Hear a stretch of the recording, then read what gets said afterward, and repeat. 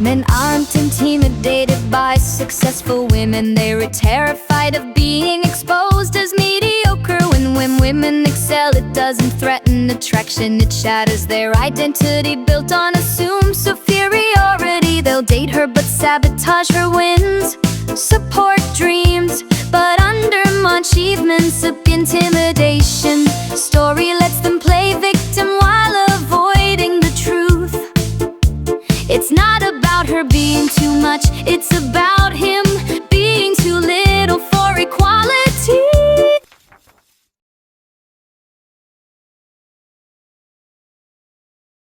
Male fragility isn't about men being sensitive. It's about their violent reaction to having their superiority questioned. And most people completely misunderstand what's happening. We think fragile masculinity means men cry easily or get their feelings hurt, but that's not it at all. Real male fragility is the explosive anger when women succeed, the defensive rage when criticized, and the need to destroy anything that challenges their dominance. Here's the aha moment about why men hate women who threaten their worldview. Fragile masculinity isn't emotional vulnerability. It's emotional terrorism, designed to make everyone else manage male comfort. When men feel their superiority slipping, they don't get sad, they get dangerous. They don't internalize criticism, they externalize violence. This explains workplace harassment, domestic abuse, and online misogyny. It's all fragile masculinity protecting itself through aggression.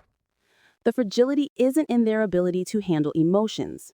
It's in their inability to handle equality. Understanding this changes how we respond to male aggression. It's not passion, it's pathology.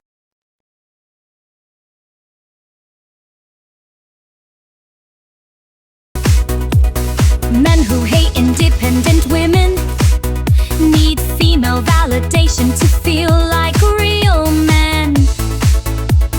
They need women weak so they can feel strong. These emotional vampires require constant submission for self-worth.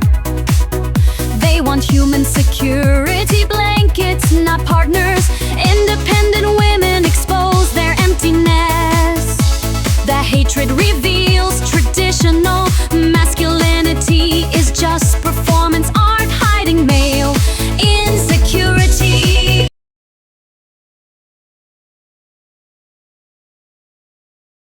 Men claim they don't want competitive relationships, but what they really mean is they can't handle losing to women. And this reveals everything about male psychology and partnerships. Research shows men avoid successful women not because they dislike competition, but because they can't cope with the possibility of being outperformed by someone they've been taught to see as inferior. Here's the aha moment about why men sabotage their own relationships. They don't mind competition with other men because that maintains the hierarchy, but competing with women threatens the entire gender-based power structure they depend on for identity. Men who avoid successful women are essentially admitting they're not confident enough to be with equals. They need the relationship to be rigged in their favor to feel secure. This explains why men will date down in education, income, and ambition, not because they're generous, but because they're cowards. The competitive relationship excuse is just male fragility with better marketing. They want all the benefits of a high-achieving partner without any threat to their ego, which is impossible because real partnership requires mutual respect and occasional losing.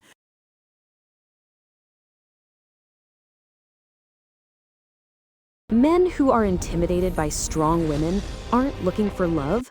They're shopping for human pets they can control. And recognizing this pattern will save your sanity. The intimidation narrative makes it seem like these men are just insecure. But the reality is much more sinister. They specifically seek out vulnerable women because domination is the entire point of the relationship. Here's the aha moment that changes how you see male dating preferences. Men who avoid independent women aren't afraid of strong personalities. They're afraid of losing their ability to manipulate and control. They want partners who depend on them financially, emotionally, and socially, because dependency creates power imbalances they can exploit. This is why the love bombing works so well on women with low self-esteem, and why these same men become abusive when their partners start gaining confidence. The intimidation by strong women is actually relief that they can't easily victimize someone with boundaries and self-worth. Understanding this helps women recognize that being too much for insecure men isn't a bug, it's a feature. You're not intimidating, you're just immune to their manipulation tactics.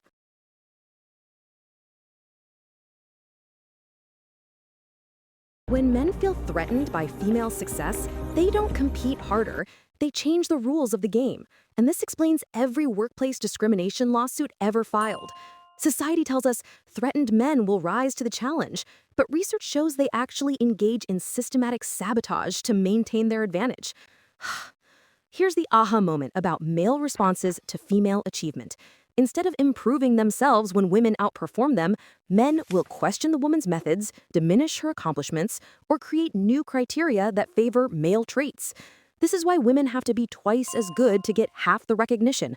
Men literally move the goalposts when women start winning. The threat response isn't motivational, it's destructive. Men who feel threatened by successful women will undermine them through gossip, exclude them from opportunities, and gaslight them about their own competence.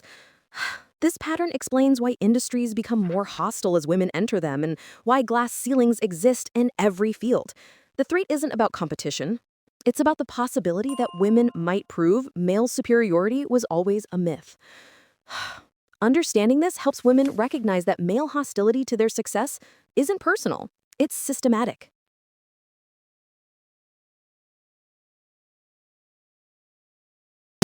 Men who call women intimidating are projecting their own mediocrity. They're not attracted to successful women. They're addicted to conquering someone superior. It's an ego boost to land her, then they sabotage her shine. They want the trophy without becoming impressive themselves. They collect you for status, then punish you for success. Recognize when you're being collected, not loved.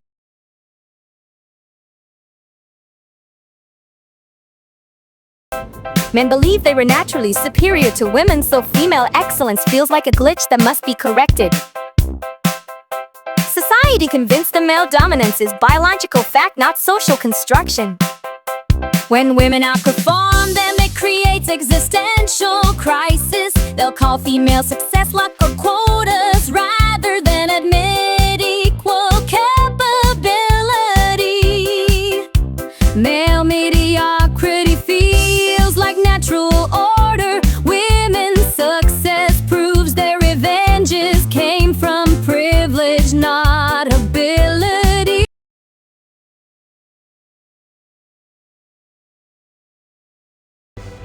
Male entitlement to female inferiority is so normalized that men genuinely believe women owe them the comfort of being less successful. And this entitlement explains why equality feels like oppression to privileged groups. Men have been raised to expect that women will naturally defer to them, support their dreams over their own, and celebrate male achievement while minimizing their own. Here's the aha moment about why men get angry when women refuse to play small. They're not just disappointed by female success, they feel robbed of something they believed they were owed. Male entitlement to female subordination is so deeply ingrained that conscious men still struggle with unconscious expectations that women will prioritize male comfort over their own ambition. This is why men will support their girlfriends' dreams in theory but sabotage them in practice. They expect female success to be conditional on male approval and comfort. The entitlement isn't just about romantic relationships. It extends to every area where men expect women to be grateful for scraps while men feast on opportunities. Understanding this entitlement helps women recognize that male discomfort with their success isn't a relationship problem to solve. It's a character flaw that reveals someone unworthy of partnership with an equal.